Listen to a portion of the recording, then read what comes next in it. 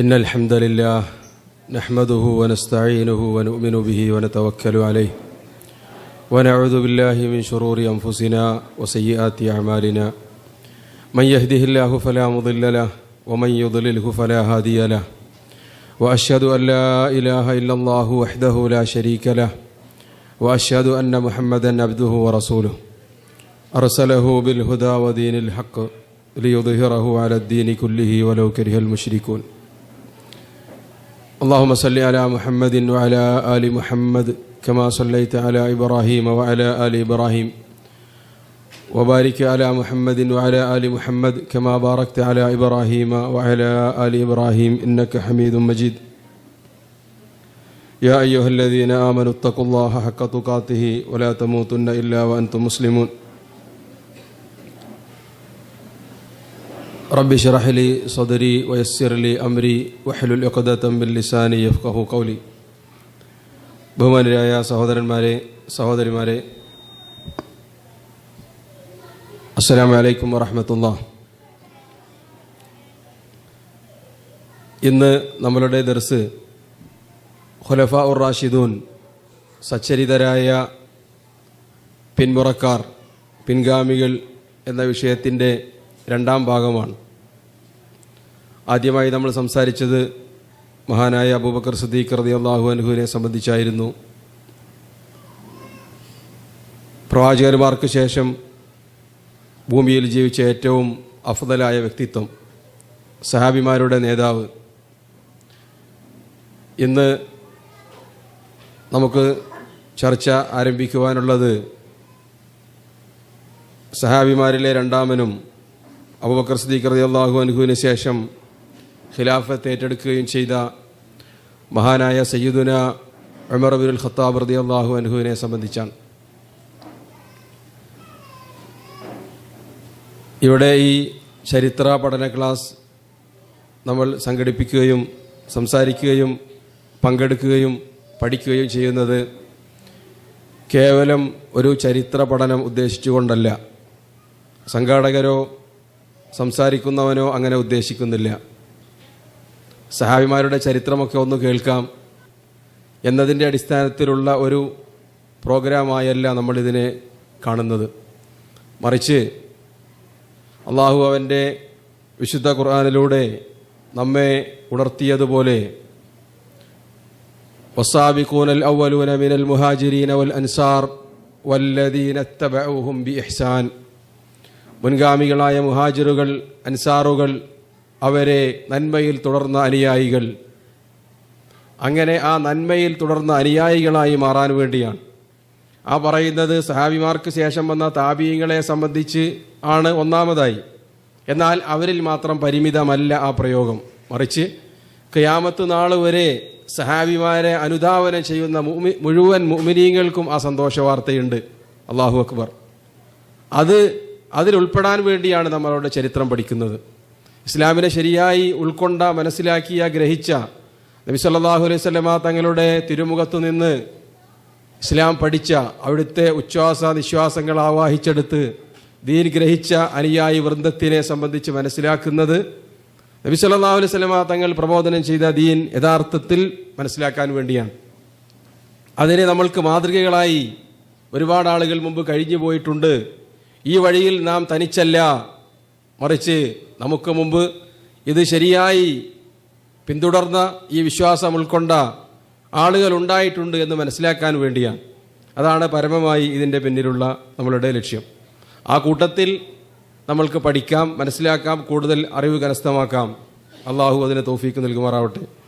ഇന്ന് സംസാരിക്കുന്ന ഉമർ ഇബ്നുൽ ഖത്താബ് റളിയല്ലാഹു അൻഹു, നമ്മെ സംബന്ധിച്ചിടത്തോളം അദ്ദേഹം ഒരു വികാരമാണ്. ഇസ്ലാമിക ലോകത്ത് മുസ്ലിങ്ങൾക്കിടയിൽ ഇത്ര സ്വാധീനം ചെലുത്തിയ ഒരു ഭരണാധികാരി ഉണ്ടായിട്ടില്ല. നബി സല്ലല്ലാഹു അലൈഹി വസല്ലം തങ്ങളെയും അബൂബക്കർ സിദ്ദീഖിനെയും കഴിഞ്ഞാൽ അദ്ദേഹത്തിൻ്റെ ഭരണകാലം ദീർഘമായിരുന്നു. മറ്റു സഹാബിമാരെ അപേക്ഷിച്ച് നോക്കിയാൽ ഉസ്മാൻ ബിൻ അഫ്ഫാൻ റളിയല്ലാഹു അൻഹു അതിലും കൂടുതൽ ഭരിച്ചിട്ടുണ്ട്. പക്ഷേ അദ്ദേഹത്തിൻ്റെ ഉമർ ഇബ്നുൽ ഖത്താബ് റളിയല്ലാഹു അൻഹുവിൻ്റെ കാലഘട്ടത്തിലുണ്ടായിരുന്ന ശാന്തതയും ഐശ്വര്യവും സമാധാനവും പിന്നീട് ഉണ്ടായിരുന്നില്ല. അതുകൊണ്ട് തന്നെ ലോക ചരിത്രത്തിൽ മുസ്ലിങ്ങളെ മാത്രമല്ല അമുസ്ലിങ്ങളെപ്പോലും ആഴത്തിൽ സ്വാധീനിച്ച വ്യക്തിത്വമാണ് മഹാനായ സയ്യിദുന ഉമർ ഇബ്നുൽ ഖത്താബ് റളിയല്ലാഹു അൻഹുവിൻ്റെ വ്യക്തിത്വം. ഒരു ഭരണാധികാരി എന്ന നിലയിൽ മാത്രമല്ല, ഒരു വ്യക്തി എന്ന നിലയിൽ ജീവിതത്തിൻ്റെ നാനാ മേഖലകളിലും അദ്ദേഹത്തിനുണ്ടായിരുന്ന ആ മേൽക്കൈ നമ്മൾ യഥാർത്ഥത്തിൽ മനസ്സിലാക്കുകയും പഠിക്കുകയും പകർത്തുകയും ചെയ്യേണ്ടതാണ്. ഉമർ ഇബ്നുൽ ഖത്താബ് റളിയല്ലാഹുവിനെ സംബന്ധിച്ചിടത്തോളം അദ്ദേഹം മക്കയിൽ ഒരു സാധാരണക്കാരനായി ജനിച്ച ഖുറൈശി ബാലനാണ്. അദ്ദേഹത്തിൻ്റെ എല്ലാ കഴിവുകളുമുള്ള നിരവധി ആളുകൾ അദ്ദേഹത്തിൻ്റെ ഗോത്രത്തിലും കബീലയിലും ഉണ്ടായിരുന്നു. ഉമർ ഇബ്നുൽ ഖത്താബ് റളിയല്ലാഹുവിനെ സംബന്ധിച്ച് പറയുന്നത് അദ്ദേഹം നല്ല പൊക്കം കൂടിയ വ്യക്തിയായിരുന്നു, കുതിരപ്പുറത്തേക്ക് ചാടിയിരിക്കുമായിരുന്നു എന്നാണ്. സവാരി ചെയ്യുന്ന വേളയിൽ കുതിരപ്പുറത്ത് കയറുക എന്നത് പ്രത്യേകിച്ച് അറബി കുതിരകൾ നല്ല പൊക്കമുള്ളതാണ്, അതിലേശം പ്രയാസമുള്ള ജോലിയാണ്. അത് അദ്ദേഹം ചെയ്യാറുണ്ടായിരുന്നത് പലപ്പോഴും ചാടി അങ്ങോട്ട് കയറിയിരിക്കലാണ്, കാരണം നല്ല ഉയരമുണ്ടായതുകൊണ്ട്. എന്നാൽ അതേപോലെ പൊക്കമുള്ള ഖാലിദ് ബിൻ വലീദ് റളിയല്ലാഹു അൻഹു അവിടെ ഉണ്ടായിരുന്നു. അതിലേറെ ശക്തിയുള്ള ആളുകളുണ്ടായിരുന്നു. അമവികളിലൊക്കെ പല ഭരണാധികാരികളെയും ചരിത്രത്തിൽ കാണാൻ പറ്റും.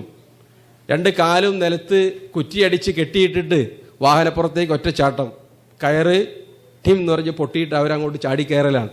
അങ്ങനെയുള്ള മല്ലന്മാരുണ്ടായിരുന്നു, അറിവുള്ള പണ്ഡിതന്മാരുണ്ടായിരുന്നു, അതിലേറെ ബലവാന്മാരുണ്ടായിരുന്നു. പക്ഷേ അവരെയൊക്കെ മറികടന്നുകൊണ്ട് ഉമർ ഇബ്നുൽ ഖത്താബ് റളിയല്ലാഹു അൻഹുവിന് മാത്രം ഇതെല്ലാം എന്തുകൊണ്ടാണ് യോജിച്ചു വന്നത് എന്നത് നമ്മൾ ചിന്തിക്കേണ്ട ഒരു വസ്തുതയാണ്. ലോക ചരിത്രത്തിൽ നേരത്തെ പറഞ്ഞതുപോലെ ഇസ്ലാമിൻ്റെ വിശാലമായ അനന്തവിഹായസിൽ ഉമർ റളിയല്ലാഹു അൻഹുവിനെ പോലെയുള്ള ഒരു താരോദയം നമ്മൾക്ക് വേറെ കാണാൻ സാധ്യമല്ല. ഈ രാജവീതിയിലൂടെ, ഇസ്ലാമിൻ്റെ രാജപാതയിലൂടെ ലക്ഷക്കണക്കിന് ആരിഫീങ്ങൾ, ഉലമാക്കൾ, പണ്ഡിതന്മാർ, ഭരണാധികാരികൾ ജീവിക്കുകയും മരിക്കുകയും ചെയ്തിട്ടുണ്ട്, കടന്നുപോയിട്ടുണ്ട്. പക്ഷേ നമ്മൾക്ക് ഏത് സമയത്തും അഭിമാനത്തോടുകൂടി മാതൃകായോഗ്യനായി വർണ്ണിക്കുവാനുള്ളത് ഉമർ ഇബ്നുൽ ഖത്താബ് റളിയല്ലാഹു അൻഹുവിൻ്റെ വ്യക്തിത്വമാണ്. എന്തുകൊണ്ട് അദ്ദേഹം അത് കരസ്ഥമാക്കി? അതാണ് നമ്മൾ പഠിക്കുകയും മനസ്സിലാക്കുകയും ചെയ്യേണ്ടത്. അതിങ്ങനെ ആവർത്തിച്ച് പറഞ്ഞ് പ്രൗഢി നടിക്കുക മാത്രമല്ല, മറിച്ച് അതിൽ നിന്ന് എന്തെങ്കിലും കത്തിച്ചെടുക്കാൻ, നമ്മളുടെ ജീവിതത്തിൽ പകർത്താൻ നമുക്ക് ലഭിച്ചാൽ അതാണ് ഈ ക്ലാസ്സിലൂടെ നമ്മൾ ആഗ്രഹിക്കുന്നത്. അങ്ങനെയെങ്കിൽ നമ്മുടെ ഈ സംസാരവും ഒത്തുചേരലും ധന്യമായി അള്ളാഹു തൗഫീക്ക് നൽകുമാറാവട്ടെ. ഇസ്ലാമിക ചരിത്രകാരന്മാർ മാത്രമല്ല, ഇസ്ലാമിനെ വിമർശിക്കുന്ന, ഇസ്ലാമിനെ ഉൾക്കൊള്ളാത്ത നിരീശ്വരവാദികൾ വരെ ഉമർ ഇബ്നുൽ ഖത്താബ് റളിയല്ലാഹു അൻഹുവിനെ പുകഴ്ത്തുകയും വാഴ്ത്തുകയും ചെയ്തിട്ടുണ്ട്. ലോക ചരിത്രത്തിൽ ഒരുപാട് നേതാക്കളെയും അതേപോലെ തന്നെ ലോക ചരിത്രത്തിൽ സ്വാധീനം ചെലുത്തിയ വ്യക്തിത്വങ്ങളെയും പരിചയപ്പെടുത്തിയ മൈക്കിൾ എച്ച് ഹാർട്ടിൻ്റെ 100 ലോകത്തെ സ്വാധീനിച്ച വ്യക്തിത്വങ്ങൾ എന്ന് പറഞ്ഞ ഗ്രന്ഥത്തിൽ അദ്ദേഹം 52ാമതായി ഉമർ ഇബ്നുൽ ഖത്താബ് റളിയല്ലാഹു അൻഹുവിനെ പ്രതിപാദിക്കുന്നുണ്ട്. ഒന്നാമത്തെ വ്യക്തിത്വം ആരാണ്? നബിയുനാ മുഹമ്മദ് സല്ലല്ലാഹു അലൈഹി വസല്ലം തങ്ങളെ. അതേപോലെ ലോക ചരിത്രത്തെ മാറ്റിമറിച്ച വ്യക്തിത്വങ്ങളെ പ്രതിപാദിച്ച കൂട്ടത്തിൽ അദ്ദേഹത്തിൻ്റെ എത്രയോ പുറകിലാണ് നമ്മളിന്ന് മഹാന്മാരായി എണ്ണിയ എത്രയോ വ്യക്തിത്വങ്ങൾ. ആരുടെ? ഉമർ ഇബ്നുൽ ഖത്താബ് റളിയല്ലാഹു അൻഹുവിനെ അദ്ദേഹം നിഷ്പക്ഷമായി അദ്ദേഹത്തിൻ്റെ കോണിലൂടെ വിലയിരുത്തിയതാണ്. അപ്പോൾ അദ്ദേഹത്തിന് ലോകത്തിൽ ഈ സ്ഥാനമാണ് അദ്ദേഹത്തിന് നൽകാൻ സാധിച്ചത്. നമ്മളെ സംബന്ധിച്ചിടത്തോളം അദ്ദേഹം നമ്മുടെ ഉമ്മത്തിൽ 3ാം സ്ഥാനത്താണ്. നബി സല്ലല്ലാഹു അലൈഹി വസല്ലം തങ്ങൾക്ക് ശേഷം അബൂബക്കർ സിദ്ദീഖ് റളിയല്ലാഹു അൻഹു, പിന്നീടാണ് അദ്ദേഹത്തിൻ്റെ സ്ഥാനം കടന്നു വരുന്നത്. അദ്ദേഹം എന്തുകൊണ്ട് അങ്ങനെ വിലയിരുത്തിയെന്ന കാര്യങ്ങൾ അവിടെ നമുക്ക് വായിച്ചാൽ മനസ്സിലാക്കാൻ പറ്റും. ഒരു ഭരണാധികാരി എന്ന നിലയിൽ, മാതൃകായോഗ്യനായ പുരുഷൻ എന്ന നിലയിലൊക്കെ ഉമർ ഇബ്നുൽ ഖത്താബ് റളിയല്ലാഹു അൻഹുവിനുണ്ടായിരുന്ന പ്രത്യേകതകൾ നമ്മൾ പലപ്പോഴും കേൾക്കാറുണ്ട്. നമ്മുടെ രാഷ്ട്രപിതാവ് മഹാത്മാഗാന്ധി ഉമർ ഇബ്നുൽ ഖത്താബ് റളിയല്ലാഹു അൻഹുവിനെ പ്രശംസിക്കുകയും അദ്ദേഹത്തിൻ്റെ ഭരണം എൻ്റെ നാട്ടിൽ വേണമെന്ന് പറയുകയൊക്കെ ചെയ്തിട്ടുണ്ട് എന്നാണ്.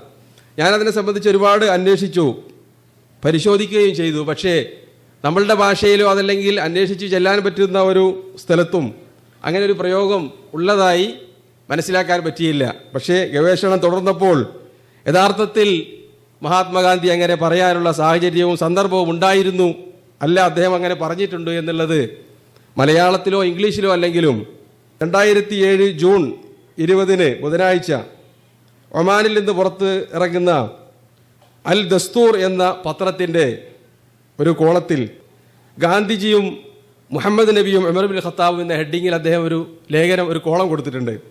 അതിൽ അദ്ദേഹം പറയുന്നത്, നമ്മൾക്കേറെ സുപരിചിതനായ നമ്മുടെ മലയാളികളുടെ ഒക്കെ പരിചയമുള്ള പത്രമായ മലയാളം ന്യൂസിൻ്റെ സ്ഥാപക എഡിറ്റർ ആരാണ്? ഫാറൂഖ് ലുക്മാൻ സാഹിബ്. അള്ളാഹു അദ്ദേഹത്തിന് ദീർഘായുസ്സും ആഫിയത്തും നൽകുമാറാവട്ടെ. അദ്ദേഹം കിടപ്പിലാണ്, രോഗാവസ്ഥയിൽ. ഞാൻ അവരുടെ പരസ്യം പറയല്ല, ഒരു ചരിത്രം പറഞ്ഞപ്പോൾ സന്ദർഭോചിതമായി വിട്ടുകിടന്നു എന്ന് മാത്രം. അദ്ദേഹത്തിൻ്റെ പിതാവ് മുഹമ്മദ് അലി ലുഖ്മാൻ 1946 ആദ്യമായി യമനിൽ ഒരു പത്രം സ്ഥാപിച്ച വ്യക്തിയാണ്. അന്നാണ് അവിടെ പത്രപ്രവർത്തനമൊക്കെ ആരംഭിക്കുന്നത്. അതിനു മുമ്പ് 1931 മഹാത്മാഗാന്ധി ബ്രിട്ടനിലേക്ക്, ലണ്ടനിലേക്ക് 1-ാം വട്ടമേശ സമ്മേളനത്തിന് വേണ്ടി പുറപ്പെടുകയും വഴിയിൽ അദ്ദേഹം ഏദനിൽ ഇറങ്ങുകയും ചെയ്തു. അറബിയിൽ ഏദൻ എന്ന് പറയുന്ന ഏദനിൽ ഇറങ്ങുകയും ചെയ്തു. കപ്പൽ അവിടെയാണ് നങ്കൂരം വിട്ടത്. ഞാൻ മനസ്സിലാക്കുന്നത് പിന്നീട് റോഡ് മാർഗമായിരിക്കാം തുർക്കിയിലെത്തി അവിടുന്ന് വീണ്ടും കപ്പലിലൂടെ അല്ലെങ്കിൽ വഴിയിലൂടെ തന്നെ ലണ്ടനിലേക്ക് പോയത്. പക്ഷേ അദ്ദേഹത്തിനെ സ്വീകരിക്കാൻ നമ്മളെ സംബന്ധിച്ചിടത്തോളം ഗാന്ധിജി ഇന്ത്യൻ സ്വാതന്ത്ര്യ സമരത്തിൻ്റെ മുൻനിരയിലുള്ള വ്യക്തിത്വമാണ്, രാഷ്ട്രപിതാവാണ്. അദ്ദേഹത്തിനെ സ്വീകരിക്കാനും ആരും അവിടെ ഉണ്ടായിരുന്നില്ല. കാരണം അദ്ദേഹം ബ്രിട്ടീഷുകാരുടെ തന്നെ ഒരു കോളനിയായ യമനിൽ ഒരു ബ്രിട്ടീഷ് വിരുദ്ധനായിട്ടാണ് ഇറങ്ങുക. അതുകൊണ്ട് തന്നെ ആരും വന്നിരുന്നില്ല.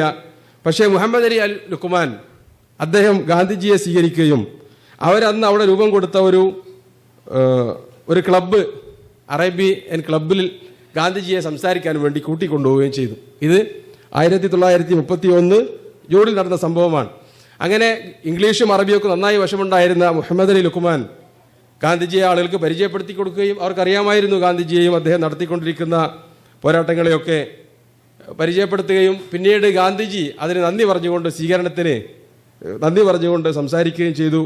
ആ സംസാരിക്കുന്നതിൻ്റെ കൂട്ടത്തിൽ അദ്ദേഹം നബി സല്ലല്ലാഹു അലൈഹി വസല്ലമ തങ്ങളെ സംബന്ധിച്ചും ഉമർ ഇബ്നു ഖത്താബ് റളിയല്ലാഹു അൻഹുവിനെ സംബന്ധിച്ചും അവരുടെ ഭരണത്തെയും നേതൃത്വത്തെയൊക്കെ പുകഴ്ത്തി സംസാരിച്ചതായി ഈ മുഹമ്മദ് അലി ലുഖ്മാനിൻ്റെ ഓർമ്മക്കുറിപ്പുകളിൽ ഉള്ളതായി ആണ് ഈ പത്രം പറയുന്നത്. അവിടെ രസാവഹമായ ഒരുപാട് കാര്യങ്ങളുണ്ടായിരുന്നു. ആ കൂട്ടത്തിൽ അവർ ചെയ്തതാണ്, ഗാന്ധിജിക്ക് $1600 പിരിച്ച് അവിടെ ഉണ്ടായിരുന്ന കൂടിയ ആളുകൾ കളക്ട് ചെയ്ത് ഗാന്ധിജിയെ ഏൽപ്പിച്ചു. നമ്മളുടെ ഇന്ത്യക്കാരായ അല്ലെങ്കിൽ സ്വാതന്ത്ര്യ സമരത്തിൽ സഹായം വേണ്ടി വരുന്ന ആളുകൾക്ക് നൽകാൻ വേണ്ടി എന്നൊക്കെ ആ പത്രത്തിൽ വിശദമായി അതിനെ സംബന്ധിച്ചൊക്കെ ഉണ്ട്. ഈ ഗ്രന്ഥം കണ്ടെത്തി പരിശോധിച്ചാൽ ആ പറഞ്ഞ കാര്യം നമ്മൾക്ക് വായിക്കാവുന്നതേ ഉള്ളൂ. അറബിയിലാണ് ഞാനത് ഈ കാര്യങ്ങൾ വായിച്ചത്. ഇംഗ്ലീഷിൽ അതിൻ്റെ പതിപ്പ് ഫാറൂഖ് കുമാർ സാഹിബ് തന്നെ പുറത്തിറക്കിയിട്ടുണ്ട് എന്നാണ് ആ പത്രം പറയുന്നത്. ചുരുക്കത്തിൽ നമ്മെ സംബന്ധിച്ചിടത്തോളം ലോക ചരിത്രത്തിൽ സ്വാധീനം ചെലുത്തിയ, ലോകത്ത് ആ കാലഘട്ടത്തിൽ ഗാന്ധിജിയെ പോലെ ലോകത്തെ സ്വാധീനിച്ച മറ്റു വ്യക്തിത്വങ്ങൾ ഉണ്ടായിരുന്നിട്ടില്ല. അങ്ങനെയുള്ള ആളുകളൊക്കെ ഉമർ ഇബ്നുൽ ഖത്താബ് റളിയല്ലാഹു അൻഹുവിനെയും അതേപോലെ നബി സല്ലല്ലാഹു അലൈഹി വസല്ലം തങ്ങളെയൊക്കെ പുകഴ്ത്തി പറഞ്ഞ കാര്യങ്ങൾ, അതിലൊന്ന് അദ്ദേഹം അവിടെ പ്രസംഗിച്ച വിഷയങ്ങളിലൊന്ന് മദ്യനിരോധനമായിരുന്നു. അത് ഇന്ത്യയിൽ വേണമെന്ന് അദ്ദേഹം ആവശ്യപ്പെട്ടിരുന്നു. പക്ഷേ അദ്ദേഹം വന്നിറങ്ങിയ ഏദൻ മദ്യത്തിൻ്റെ ഒരു പ്രവാഹമായിരുന്നു അവിടേതാണ്. അത് വിൽപ്പന നടത്തിയിരുന്നത് ഇറാനിൽ നിന്നുള്ള കച്ചവടക്കാരായിരുന്നു. അത് കണ്ടാണ് ഗാന്ധിജി ഇത് ശരിയല്ല, മുഹമ്മദ് നബി സല്ലല്ലാഹു അലൈഹി വസല്ലം തങ്ങൾ മദ്യം നിരോധിച്ചു, ആ സൂക്തങ്ങൾ പാരായണം ചെയ്തുകൊണ്ടാണ് ഗാന്ധിജി സംസാരിച്ചത് എന്നൊക്കെ അവിടെ വിശദമായി പറയുന്നുണ്ട്. ഏതായിരുന്നാലും അതൊക്കെ ചരിത്രത്തിൻ്റെ ഭാഗമാണ്. അദ്ദേഹത്തിൻ്റെ ഭരണത്തെ സംബന്ധിച്ച്, ഭരണ നൈപുണ്യത്തെ സംബന്ധിച്ച്, നീതിയെ സംബന്ധിച്ച്, വിശ്വാസത്തെ സംബന്ധിച്ചൊക്കെ മുസ്ലിങ്ങളല്ലാത്ത ഒരുപാട് ആളുകൾ വിലയിരുത്തിയിട്ടുണ്ട്. ഓറിയന്റലിസ്റ്റുകൾ, ഇസ്ലാമിനെ സംബന്ധിച്ച് പഠനം നടത്തിയ പാശ്ചാത്യർ, അവർ മുസ്ലിങ്ങളായിരുന്നില്ല. പല ആളുകളും ഇസ്ലാമിലേക്ക് കടന്നു വന്നിട്ടുണ്ട്. ചില ആളുകൾ പഠനത്തിലൂടെ നിഷ്പക്ഷരായ ആളുകളായി മാറിയിട്ടുണ്ട്. അത്തരത്തിലുള്ള പല ആളുകളും ഉമർ ഇബ്നുൽ ഖത്താബ് റളിയല്ലാഹു അൻഹുവിനെ പ്രശംസിക്കുകയാണ് ചെയ്തിട്ടുള്ളത്. ഞാൻ ദീർഘമായി അത്തരം കാര്യങ്ങൾ വായിക്കുന്നില്ല. ആ കൂട്ടത്തിൽ രസാവഹമായത് ഒരാൾ വിലയിരുത്തിക്കൊണ്ട് പറഞ്ഞത്, അദ്ദേഹത്തിൻ്റെ ചരിത്രത്തിൽ വിമർശിക്കാനുള്ളത് ആകെ ഖാലിദ് ബിൻ വലീദ് റളിയല്ലാഹു അൻഹുവിനെ മാറ്റിയതാണ്, അതല്ലാതെ നീതിയല്ലാത്ത ഒരു കാര്യവും പ്രവർത്തിക്കാത്ത വ്യക്തിത്വമാണ് ഉമർ ഇബ്നുൽ ഖത്താബ് റളിയല്ലാഹു അൻഹു എന്ന് അദ്ദേഹം വിമർശിച്ചുകൊണ്ട് പറയുകയുണ്ടായി. ഇതാണ് ശത്രുക്കളുടെ പോലും കാഴ്ചപ്പാട് മഹാനായ ഉമർ ഇബ്നുൽ ഖത്താബ് റളിയല്ലാഹു അൻഹുവിനെ സംബന്ധിച്ച്. എന്തുകൊണ്ടാണ് ആ രൂപത്തിൽ ലോകത്തെ സ്വാധീനിക്കാൻ അദ്ദേഹത്തിന് സാധിച്ചത്?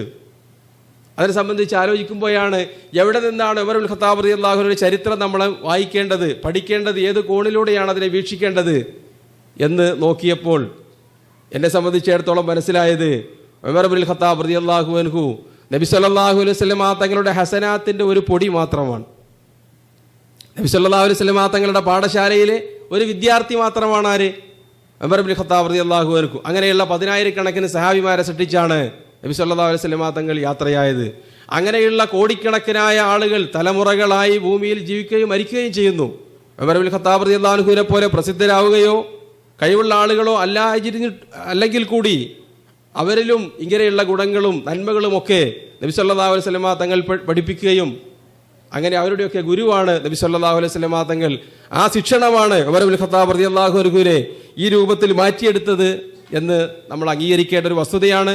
ലോകം അത് അംഗീകരിച്ചാലാണ് എന്തുകൊണ്ടാണ് ഉമർ ഇബ്നുൽ ഖത്താബ് റളിയല്ലാഹു അൻഹു ഈ രൂപത്തിലുള്ള നീതിമാനും മാതൃകാ യോഗ്യനുമായത് എന്ന് അവർക്ക് അറിയാൻ പറ്റുകയുള്ളൂ. ഏതായിരുന്നാലും ഉമർ ഇബ്നുൽ ഖത്താബ് റളിയല്ലാഹു അൻഹു അദ്ദേഹത്തിൻ്റെ ഈ സ്വഭാവ ഗുണങ്ങൾക്ക് നബി സല്ലല്ലാഹു അലൈഹി വസല്ലം തങ്ങൾ പഠിപ്പിച്ച ദീൻ കൃത്യമായി അനുധാവനം ചെയ്തതാണ് അദ്ദേഹത്തിനെ മാറ്റിയെടുത്തത് എന്ന് നമുക്ക് കാണാൻ പറ്റും. ജാഹിലിയ കാലത്ത് ഉമർ ഇബ്നുൽ ഖത്താബ് റളിയല്ലാഹു അൻഹുവിനെ സംബന്ധിച്ചുള്ള കഥകളൊക്കെ ഒരുപാട് നമ്മൾ കേട്ടിട്ടുണ്ടാവും. അദ്ദേഹം ചെയ്ത ഒരുപാട് അക്രമങ്ങൾ, അതിക്രമങ്ങൾ, അരാജകത്വങ്ങളൊക്കെ അതിലൊക്കെ മുൻനിരയിൽ തന്നെ ഉണ്ടായ വ്യക്തിത്വമായിരുന്നു അദ്ദേഹം. പിന്നീട് മുസ്ലിമായി ഒരു കാനേശുമാരി മുസ്ലിമായി ഒതുങ്ങിക്കൂടുകയല്ല അദ്ദേഹം ചെയ്തത്. മറിച്ച് ഇസ്ലാമിനെ അതിൻ്റെ ശരിയായ രൂപത്തിൽ തന്നെ വിശുദ്ധ ഖുർആനിലൂടെ അള്ളാഹു പറഞ്ഞതുപോലെ, മൂസാ നബിയെ ഉപദേശിച്ചതുപോലെ അതിനെ നിങ്ങൾ ശക്തമായി പിടിക്കുക. യാ അയ്യുഹല്ലദീന ആമനു ദുഖുലൂ ഫിസ്സിൽമി കാഫ, വിശ്വാസികളെ നിങ്ങൾ ഇസ്ലാമിലേക്ക് പരിപൂർണമായി നിങ്ങൾ പ്രവേശിക്കുക. ദീനിൻ്റെ ഒരു അറ്റത്ത് വന്ന് ഇസ്ലാം ദീനിൽ നമ്മൾക്ക് ചെയ്യാൻ സൗകര്യപ്പെട്ടതൊക്കെ പ്രവർത്തിക്കുകയും ബാക്കി സൗകര്യപൂർവ്വം വിട്ടുകിടക്കുകയും മറക്കുകയും ചെയ്യുന്ന ആളുകളുണ്ട്. ആ രൂപത്തിലല്ല. ഇസ്ലാമിൻ്റെ കാര്യങ്ങൾ മനസ്സിലായി കഴിഞ്ഞാൽ അത് പാലിക്കുന്നതിൽ ഒരു വിട്ടുവീഴ്ചയില്ല. സ്വന്തം ജീവിതത്തിൽ മറ്റുള്ള ആളുകളോട് പകർത്താൻ ഉപദേശിക്കുന്നതിൽ ഒന്നാം സ്ഥാനക്കാരനായിരുന്നു ഉമർ റളിയല്ലാഹു അൻഹു.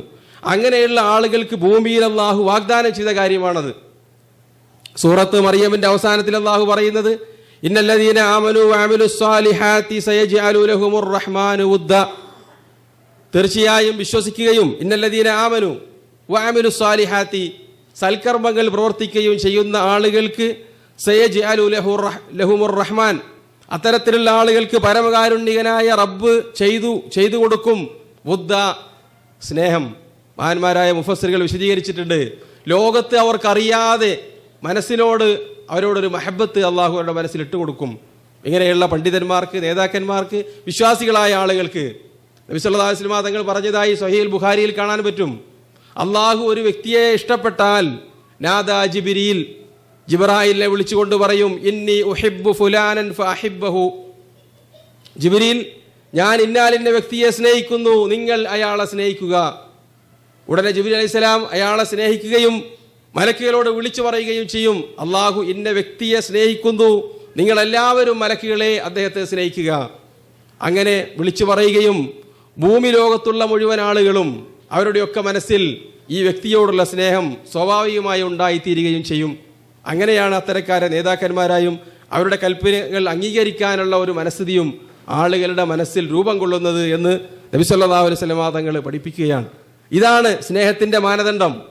നമ്മൾ പലപ്പോഴും ലോകത്തുള്ള നേതാക്കന്മാർ കാട്ടിക്കൂട്ടാറുള്ള കോപ്രായങ്ങൾ പലപ്പോഴും നമ്മളൊക്കെ സാക്ഷികളാവാറുണ്ട്. പ്രസിദ്ധി ലഭിക്കാൻ വേണ്ടി, അംഗീകാരം ലഭിക്കാൻ വേണ്ടി, സ്വീകാര്യത ലഭിക്കാൻ വേണ്ടി അല്ലേ, നല്ല വസ്ത്രങ്ങൾ തയ്ച്ചു കൊടുക്കുന്ന ആളുകൾ, പരസ്യം കൊടുക്കുന്ന ആളുകൾ, ഞങ്ങളുടെ പ്രവർത്തനങ്ങൾ ഇന്നതൊക്കെയാണ്, കോടിക്കണക്കിന് രൂപ, ഒരുപക്ഷെ ചില പ്രദേശങ്ങളിലെ പട്ടിണി തന്നെ പൂർണ്ണമായി മാറ്റാൻ പറ്റിയ തുക ചെലവഴിക്കുന്നതിന് വേണ്ടിയാണ്, എൻ്റെ മഹാത്മ്യം പ്രചരിപ്പിക്കാൻ വേണ്ടി ഓരോ നേതാക്കന്മാരും രാജാക്കന്മാരും ഭരണാധികാരികളുമൊക്കെ അങ്ങനെയൊക്കെ ചെയ്ത് ആളുകളോട് അവരുടെ സ്നേഹം മേടിക്കാൻ വേണ്ടി മത്സരിക്കുകയാണ്. ഇവിടെ അങ്ങനെയല്ല. നബി സല്ലല്ലാഹു അലൈഹി വസല്ലം തങ്ങൾ അറിയിച്ചതുപോലെ അള്ളാഹു ആ സ്നേഹം മനുഷ്യന്മാരുടെ തലമുറകളായി നൂറ്റാണ്ടുകൾക്ക് ശേഷവും ആയിരക്കണക്കിന് വർഷത്തിന് ശേഷവും അത് കൈമാറ്റം ചെയ്യപ്പെട്ടുകൊണ്ടേയിരിക്കുകയാണ് ആ സ്നേഹം. എന്താണ് കാരണം? അവരുടെ സ്വീകാര്യതയും അവരെ സംബന്ധിച്ചുള്ള സ്നേഹവും അള്ളാഹു തലമുറകളായി അവരുടെയൊക്കെ മനസ്സിൽ ഇട്ടുകൊടുക്കുന്നത് കൊണ്ടാണ്, അത് ലഭിച്ചത് കൊണ്ടാണ്. അത് ലഭിക്കാനുള്ള മാർഗം എന്താണ്? വസ്ത്രം നന്നാക്കിയത് കൊണ്ടോ, വേഷം നന്നാക്കിയത് കൊണ്ടോ, പ്രസിദ്ധിക്ക് വേണ്ടി എന്തെങ്കിലും കാട്ടിക്കൂട്ടിയത് കൊണ്ടോ, നമ്മുടെയൊക്കെ ഇസ്ലാമിൻ്റെ പേരിൽ ഭരിച്ച ഒരുപാട് രാജാക്കന്മാർ ചെയ്തതുപോലെ അമ്പര ചുംബികൾ പണിതത് കൊണ്ടോ, ലോകത്തൊരിക്കലും നശിക്കാത്ത സ്മാരകങ്ങൾ പണി കഴിപ്പിച്ചത് കൊണ്ടോ, പതിനായിരക്കണക്കിന് ലക്ഷക്കണക്കിന് ആളുകളെ പിടിച്ചുകൊണ്ടുവന്ന് ഇനി ഒരാൾക്കും പണി കഴിപ്പിക്കാൻ പറ്റാത്ത വിധം സമ്പത്തും ആളും അർത്ഥവും ചെലവിട്ട് വലിയ വലിയ രമ്യഹർമ്മങ്ങൾ പണി കഴിപ്പിച്ചുകൊണ്ടോ അല്ല ഉമർ ഇബ്നുൽ ഖത്താബ് റളിയല്ലാഹു അൻഹു നേടിയെടുത്തത്. അദ്ദേഹം ഖലീഫയായി ചുമതലയേറ്റതിന് ശേഷം മകന് ലഭിച്ച ഓഹരിയിൽ നിന്നാണ്, രണ്ടും പാടെ ചേർത്തിട്ടാണ് ഒരു ബുർദ, ഒരു വലിയ ഉടുപ്പ് അദ്ദേഹം ധരിക്കുന്നത്. ആ ഉടുപ്പ് ഏകദേശം 10 വർഷത്തോളം അദ്ദേഹത്തിൻ്റെ ശരീരത്തിലുണ്ടായിരുന്നു. വേറെ ഉടുപ്പ് അദ്ദേഹം മേടിച്ചിട്ടില്ല. അങ്ങനെയുള്ളൊരു ഉടുപ്പ്, ആ ഉടുപ്പ് ധരിച്ചുകൊണ്ടാണ് അദ്ദേഹം ഫലസ്തീനിൽ മസ്ജിദുൽ അഖ്സ കീഴടക്കാൻ വേണ്ടി അവിടെ ഉണ്ടായിരുന്ന പാതിരിമാരിൽ നിന്ന് അതിൻ്റെ താക്കോൽ സ്വീകരിക്കാൻ വേണ്ടി പുറപ്പെടുന്നത്. അദ്ദേഹം യാത്രാവേളയിൽ അദ്ദേഹവും ഭൃത്യനും ഒരു ഒട്ടകപ്പുറത്താണ് യാത്ര ചെയ്യുന്നത്. ബൈത്തുൽ മുഖദ്ദസിന്റെ അടുത്തേക്ക് എത്തിയപ്പോൾ ഭൃത്യന്റെ ഊഴമാണ്. കുറേ സമയം ഉമർ ഇബ്നുൽ ഖത്താബ് റളിയല്ലാഹു അൻഹു യാത്ര ചെയ്യും, പിന്നീട് അദ്ദേഹം ഇറങ്ങും. ആ സമയത്ത് പിന്നെ ഭൃത്യൻ കയറും. ഇങ്ങനെ ഊഴമിട്ട് അവർ രണ്ടാളും നടന്നതാണ്. അവിടെ എത്തിയപ്പോൾ ഭൃത്യന്റെ ഊഴമായിരുന്നു എന്ന് ചില റിപ്പോർട്ടുകളിൽ കാണാം. വേറെ ചില റിപ്പോർട്ടുകളിൽ അത് ആ പ്രദേശത്തൊരു വെള്ളം തടാകമുള്ള സ്ഥലമുണ്ടായിരുന്നു. അതിലേക്ക് ഇറങ്ങിയപ്പോൾ ഉമർ റളിയല്ലാഹു അൻഹു അതിൻ്റെ പുറത്തുനിന്ന് ഇറങ്ങി. എന്നിട്ട് കയ്യിലുണ്ടായിരുന്ന ഹുഫ്, നനഞ്ഞാൽ കേടുവരുന്ന ദുർഗന്ധം വമിക്കുന്ന ഹുഫ്, തോലിൻ്റെ ഷൂ ആണ്, അത് അദ്ദേഹം അഴിച്ചു വെള്ളം നനയാതിരിക്കാൻ വേണ്ടി. എന്നിട്ട് കഴുത്തിൽ തൂക്കിയിട്ടു. സഹാബിമാരൊക്കെ ഉമർ ഇബ്നുൽ ഖത്താബ് റളിയല്ലാഹു അൻഹു സ്വീകരിക്കാൻ വേണ്ടി കാത്തിരിക്കുകയാണ്. ഖലീഫ വരുന്നു. ഖലീഫയെ സ്വീകരിക്കാൻ വേണ്ടി മുൻനിരയിലുള്ളത് അബൂ ഉബൈദ അൽ ജറാഹ് റളിയല്ലാഹു അൻഹു ആണ്, മുസ്ലിങ്ങളുടെ കമാൻഡർ. ഉമർ ഇബ്നുൽ ഖത്താബ് റളിയല്ലാഹു അൻഹുവിന്റെ വരവ് കണ്ടപ്പോൾ അദ്ദേഹത്തിന് ആകെ വിഷമം തോന്നി. അദ്ദേഹം ചെവിയിൽ വന്ന് മന്ത്രിച്ചു, അമീറുൽ മുഅ്മിനീൻ, നിങ്ങളുടെ ഉടുപ്പൊന്ന് മാറ്റണം. ഈ കോലത്തിലാണോ നിങ്ങൾ ബൈത്തുൽ മുഖദ്ദസ് ഏറ്റെടുക്കാൻ വേണ്ടി എല്ലാ തരത്തിലുമുള്ള സൗന്ദര്യങ്ങളും വേഷവിധാനങ്ങളുമുള്ള പാതിരിമാരുടെ മുന്നിലേക്ക് വരുന്നത്? മുസ്ലിങ്ങൾക്ക് അതൊരു പോരാത്തരമല്ലേ, അതൊരു കുറച്ചലല്ലേ? ദേഷ്യത്തോടുകൂടി അബൂ ഉബൈദയോട് ഉമർ ഇബ്നുൽ ഖത്താബ് റളിയല്ലാഹു അൻഹുവിന്റെ ശാസന, ലൗ കാന ഗൈറക യാ അബാ ഉബൈദ ലജഅൽതുഹു നകാലൻ ലി അസ്ഹാബി റസൂലില്ലാഹി സ്വല്ലല്ലാഹു അലൈഹി വസല്ലം. അബൂ ഉബൈദ, നിങ്ങളല്ലാതെ വേറൊരു വ്യക്തിയാണിത് പറഞ്ഞതെങ്കിൽ ഞാൻ സഹാബിമാർക്കൊക്കെ മാതൃകയാക്കാൻ പറ്റുന്ന രൂപത്തിൽ നിങ്ങളെ ഞാൻ അടിച്ച് ശരിയാക്കുമായിരുന്നു, കഠിനമായി ശിക്ഷിക്കുമായിരുന്നു. എന്താ പറഞ്ഞത്? കുപ്പായം ഒന്ന് മാറ്റിയിടാൻ. എന്നിട്ട് അദ്ദേഹത്തിന് ഉപദേശിച്ച വാക്ക് ചരിത്രത്തിൻ്റെ ഏടുകളിൽ നമ്മൾക്ക് തങ്കലിപികളാൽ രേഖപ്പെടുത്തിയതായി കാണാൻ പറ്റും. ഇസ്ലാമിക ചരിത്ര ഗ്രന്ഥങ്ങൾ പരിശോധിച്ചാൽ ഉമർ ഇബ്നുൽ ഖത്താബ് റളിയല്ലാഹു അൻഹു പറയുകയുണ്ടായി, നഹ്നു ഖൗമുൻ അഅസ്സനല്ലാഹു ബിൽ ഇസ്ലാം. നമ്മളെ അള്ളാഹു ആദരിച്ചത് ഇസ്ലാമിലൂടെയാണ്, ഇസ്സത്ത് നൽകിയത്. വഇൻ തലബുനൽ ഇസ്സത ബിഗൈരിഹാ അദല്ലനല്ലാഹ്. ഇസ്ലാമിലൂടെ അല്ലാതെ വല്ല ഇസ്സത്തും ലഭിക്കാൻ ആരെങ്കിലും പരിശ്രമിച്ചാൽ അവനെ അള്ളാഹു നിന്ദിക്കുക തന്നെ ചെയ്യും.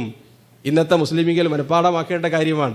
എല്ലാ തരത്തിലുള്ള മാറ്റിമറിക്കലുകളൊക്കെ നടത്തിക്കൊണ്ട് നമ്മൾക്ക് പ്രതാപം വേണം, അഭിമാനം വേണം എന്നതിനു വേണ്ടി പരിശ്രമിച്ചുകൊണ്ടിരിക്കുകയാണ് ലോകത്തുള്ള എല്ലാ മുസ്ലിമീങ്ങളുടെ ധാരണ. അതാണ് ഇസ്ലാമിൻ്റെ ഇന്ന കാര്യങ്ങളൊക്കെ ഒഴിവാക്കിയാൽ നമ്മൾക്ക് ലോകത്ത് സ്വീകാര്യത ലഭിക്കും, നമ്മളുടെ വേഷവിധാനങ്ങളിൽ ഇങ്ങനെയൊക്കെ മാറ്റം വരുത്തിയാൽ നമ്മൾക്ക് സ്വീകാര്യത ലഭിക്കും, ഇസ്ലാമിക സംസ്കാരത്തെ എത്രത്തോളം തള്ളിപ്പറയുന്നോ അവന് സ്വീകാര്യത ലഭിക്കും എന്ന് തെറ്റിദ്ധരിച്ച് അതിനുവേണ്ടി മത്സരിക്കുന്ന ആളുകൾ ജീവിക്കുന്ന ഈ കാലഘട്ടത്തിൽ അവർ മനസ്സിലാക്കേണ്ടതാണ്.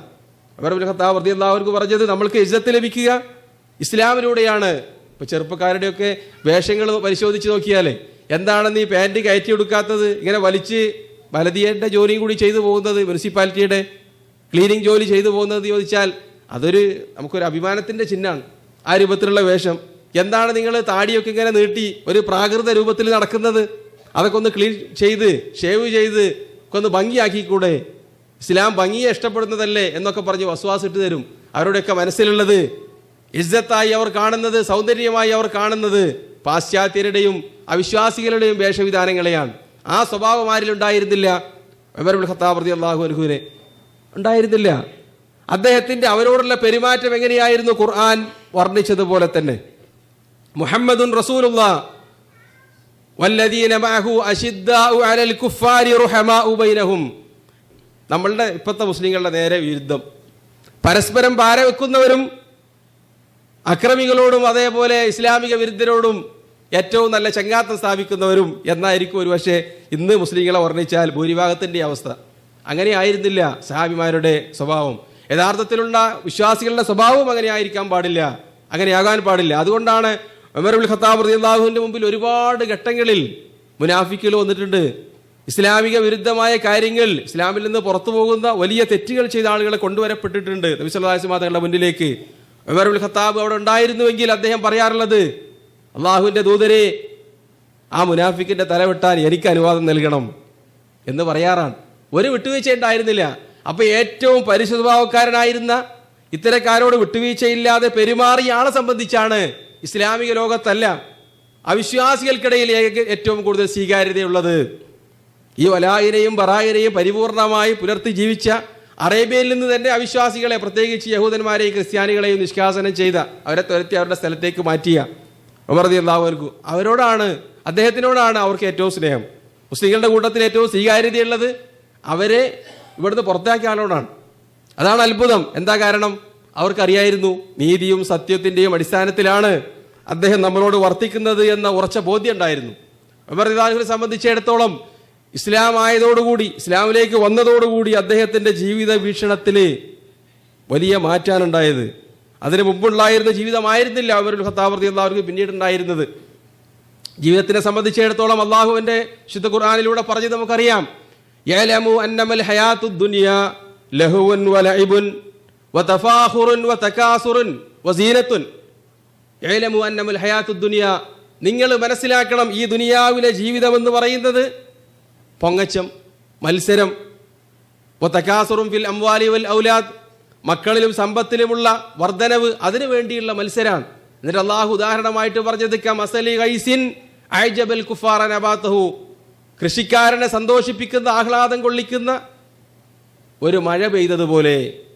മഴ വർഷിക്കുമ്പോൾ, കൃഷി ഇങ്ങനെ ഉണ്ടാകുമ്പോൾ, പച്ചക്കറികളും പിന്നെ കാർഷികോൽപ്പന്നങ്ങളൊക്കെ വർദ്ധിക്കുമ്പോൾ നല്ല സന്തോഷം ഉണ്ടാകും. എന്നിട്ടോ പിന്നീട് വേനൽ വരുന്ന സമയത്ത് അതൊക്കെ വൈക്കോൽ തുരുമ്പുകളായി പറന്നുപോയി.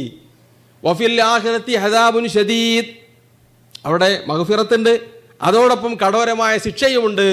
എന്നിട്ട് അള്ളാഹു അവസാനിപ്പിക്കുന്നത് ആ സൂക്തം, വമൽ ഹയാത്തുദ് ദുനിയാ ഇല്ലാ മതാഉൽ ഗുറൂർ, മനുഷ്യരെ നിങ്ങൾ മനസ്സിലാക്കുക, ഈ ജീവിതമെന്ന് പറയുന്നത് വഞ്ചനയുടെ ചരക്ക് മാത്രമാണ്. ഇത് തിരിച്ചറിയാൻ സാധിച്ചു ഉമർ ഇബ്നു ഖത്താബ് റളിയല്ലാഹു അൻഹുവിന്.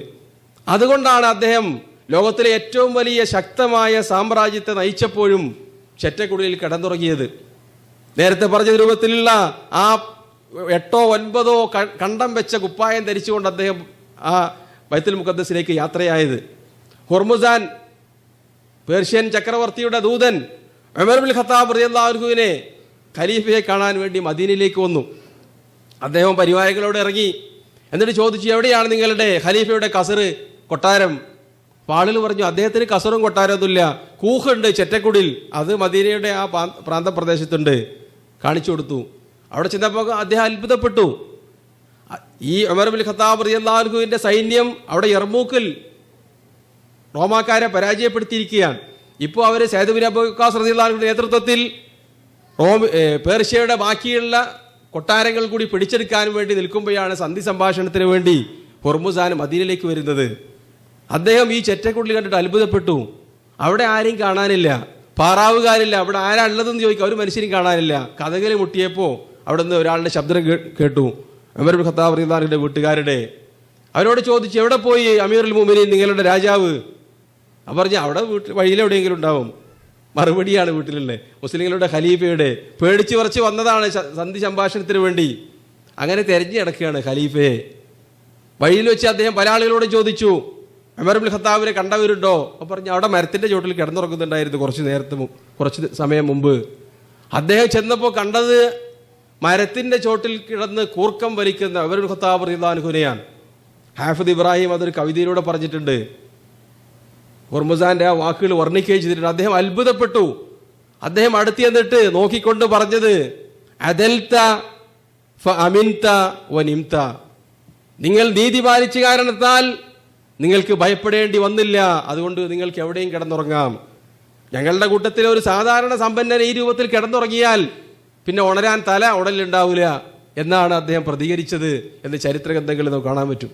നബി സല്ലല്ലാഹു അലൈഹി വസല്ലം തങ്ങൾ പഠിപ്പിച്ച ആ ഇസ്ലാമിക ഭരണത്തിന്റെ രൂപം നടപ്പാക്കി കാണിച്ചു തരികയാണ് ഉമർ ഇബ്നു ഖത്താബ് റളിയല്ലാഹു അൻഹു ചെയ്തത്. അതുകൊണ്ടാണ് അദ്ദേഹത്തിന് ആ രൂപത്തിൽ ആളുകൾക്കിടയിൽ സ്വീകാര്യത ലഭിച്ചത് എന്ന് നമ്മൾ മനസ്സിലാക്കേണ്ടതുണ്ട്. അദ്ദേഹത്തിൻ്റെ ചരിത്രം മനസ്സിലാക്കുന്നവർക്കൊക്കെ ആ കാര്യം അറിയാൻ പറ്റും. അദ്ദേഹം ഇസ്ലാമിൽ ഏറ്റവും പ്രാധാന്യത്തോടു കൂടി കണ്ടിരുന്നത് എന്തായിരുന്നു? ആളുകളെ അദ്ദേഹം പരിഗണിക്കുമ്പോൾ അതിനുണ്ടായിരുന്ന മാനദണ്ഡങ്ങൾ. ഉമർ ഇബ്നു ഖത്താബ് റളിയല്ലാഹു അൻഹു ശൂറ ഉണ്ടായിരുന്നു, അദ്ദേഹത്തിൻ്റെ മന്ത്രിസഭ. അതിലുള്ള മെമ്പർമാരായിരുന്നു. പ്രായം നോക്കിയിട്ടല്ല അദ്ദേഹം ആളുകളെ തിരഞ്ഞെടുത്തിരുന്നത്. ഹദീസുകളിൽ തന്നെ കാണാൻ പറ്റും. അബ്ദുല്ലാഹി ഇബ്നു അബ്ബാസ് റളിയല്ലാഹു അൻഹു കൊച്ചു കുട്ടിയായിരുന്നു, പക്ഷേ അദ്ദേഹം ശൂറയിലെ മെമ്പറാണ്. അപ്പോൾ ബദരീങ്ങളിലും മുഹദീങ്ങളിലും ഒക്കെ പെട്ട മുതിർന്ന സഹാബിമാർക്കൊരു പ്രയാസം, ഈ കൊച്ചു കുട്ടിയാണോ നമ്മളുടെ കൂട്ടത്തിൽ ഇരിക്കാൻ വേണ്ടി അമീറുൽ മുഅ്മിനീൻ വിളിച്ചു വരുത്തുന്നത്? ഈ കാര്യം ഉമർ റളിയല്ലാഹു അൻഹു തിരിച്ചറിഞ്ഞു. അപ്പോൾ അദ്ദേഹം അവർക്കത് മനസ്സിലാക്കി കൊടുക്കാൻ വേണ്ടി ശൂറയിൽ ഒരു പരീക്ഷ നടത്തി. ആ സംഭവം നമുക്കറിയാം. ഉമർ റളിയല്ലാഹു ചോദിക്കുകയുണ്ടായി, ഇദാ ജാഅ നസ്റുല്ലാഹി വൽ ഫത്ഹ് എന്ന് പറഞ്ഞാൽ എന്താണ് അതിൻ്റെ തഫ്സീർ? അപ്പോൾ അവർ പറഞ്ഞു, അത് നബി സല്ലല്ലാഹു അലൈഹി വസല്ലം തങ്ങളോട് മക്കാ വിജയം ലഭിച്ചു കഴിഞ്ഞാൽ പിന്നീട് ഇസ്തിഗ്ഫാർ നടത്താനുള്ള കൽപ്പനയാണ്. അവസാനം ചോദിച്ചു, ഇബ്നു അബ്ബാസ് നിങ്ങൾക്ക് എന്താണ് പറയാനുള്ളത്? അദ്ദേഹം പറഞ്ഞു, ഇത് നബി സല്ലല്ലാഹു അലൈഹി വസല്ലം തങ്ങൾക്കുള്ള അനുശോചനമാണ്. നിങ്ങളുടെ ജോലി പൂർത്തിയായി, നിങ്ങൾ മരണപ്പെടാൻ പോവുകയാണ് എന്നുള്ള മുന്നറിയിപ്പാണ്. ഉടനെ ഉമർ റളിയല്ലാഹു പറയുകയുണ്ടായി, ഇതാണ് ഞാൻ മനസ്സിലാക്കിയിട്ടുള്ളത്. അപ്പോൾ അവർക്ക് മനസ്സിലാക്കാൻ പറ്റി എന്തിനാണ് ഷൂറയ്ക്ക് വേണ്ടി ഇബ്നു അബ്ബാസ് റളിയല്ലാഹു അൻഹുമായെ ഉമർ ഇബ്നുൽ ഖത്താബ് റളിയല്ലാഹു അൻഹു കൊണ്ടുപോകുന്നത് എന്ന് അവർക്ക് തിരിച്ചറിയാൻ പറ്റി. അദ്ദേഹത്തിൻ്റെ സദസ്സിലുള്ള ആളുകൾ മുഴുവൻ ഉലമാക്കളായിരുന്നു, ഖുർആനുകളായിരുന്നു. ഖുർആൻ മനഃപ്പാഠമാക്കിയ സഹായിമാരുടെ കൂട്ടത്തിലെ ഏറ്റവും കൊള്ളാവുന്നവരായിരുന്നു ആ സദസ്സിലുണ്ടാകാറുണ്ടായിരുന്നത് എന്ന് നമ്മൾക്ക് മനസ്സിലാക്കാൻ പറ്റും. വിജ്ഞാനത്തിന് പ്രാധാന്യം നൽകുക. അദ്ദേഹം തിരഞ്ഞെടുക്കാറുള്ള കമാൻഡർമാർ ഓരോ ഘട്ടത്തിലും യുദ്ധത്തിന് നയിക്കാൻ വേണ്ടി തിരഞ്ഞെടുത്തിരുന്ന കമാൻഡർമാർ വരെ ആ രൂപത്തിലുള്ള ആളുകളായിരുന്നു. ഖാലിദ് ബിൻ റളിയല്ലാഹു അൻഹു അദ്ദേഹം മാറ്റുകയുണ്ടായി, അദ്ദേഹത്തിൻ്റെ വ്യക്തിപരമായ അദ്ദേഹത്തിൻ്റെ വീക്ഷണത്തിൻ്റെ അടിസ്ഥാനത്തിൽ. എന്നിട്ട് പകരക്കാരനായി നിശ്ചയിച്ചത് ആരാണ്? അമീനു ഹാദിഹിൽ ഉമ്മ അബൂ ഉബൈദ അൽ ജറാഹ് റളിയല്ലാഹു അൻഹുവിനെ ഖാദിസിയ യുദ്ധം നയിക്കാൻ വേണ്ടി പേർഷ്യക്കാരോട് പോരാടാൻ വേണ്ടി അദ്ദേഹം കമാൻഡറെ നിശ്ചയിച്ചു. അതിനുവേണ്ടി അദ്ദേഹം സെലക്ട് ചെയ്ത ആരെയാണ്? സഅദ് ബിൻ അബി വഖാസ് റളിയല്ലാഹു അൻഹുവിനെ, അശറത്തുൽ മുബശ്ശിരീങ്ങളിൽപ്പെട്ട സഹാബിയാണ്. ഈ രൂപത്തിലായിരുന്നു അദ്ദേഹത്തിൻ്റെ തിരഞ്ഞെടുപ്പ്. ഇസ്ലാമിൽ മുന്തിച്ചവർക്ക് മുൻഗണന നൽകുക. അദ്ദേഹത്തിൻ്റെ കാലത്ത് ഇസ്ലാമിക രാജ്യം വിപുലമായി, ഓരോരുത്തർക്കും സ്റ്റൈപ്പൻഡ് കിട്ടുന്ന രൂപത്തിൽ ഇസ്ലാമിക ബൈത്തുൽ മാലിൽ സമ്പത്ത് കുമിഞ്ഞുകൂടി, ഓരോരുത്തർക്കും വീതം വെച്ച് കൊടുക്കുകയാണ്. ആ സമയത്ത് അതിനുവേണ്ടി ദീവാൻ ഉണ്ടാക്കാൻ അദ്ദേഹം കൽപ്പിച്ചു. ദീവാൻ എന്ന് പറഞ്ഞാൽ രജിസ്റ്റർ. ഉമർ റളിയല്ലാഹു അൻഹുവിൻ്റെ ഭരണ പരിഷ്കാരങ്ങൾ എന്ന് പറഞ്ഞുകൊണ്ട് ലോകത്ത് ഒരുപാട് യൂണിവേഴ്സിറ്റികൾ വിദ്യാർത്ഥികൾ ഗവേഷണം സമർപ്പിക്കുകയും പണ്ഡിതന്മാർ PhD എടുക്കുകയൊക്കെ ചെയ്തിട്ടുണ്ട്. ആ കൂട്ടത്തിലുള്ളൊരു കാര്യമാണിത്.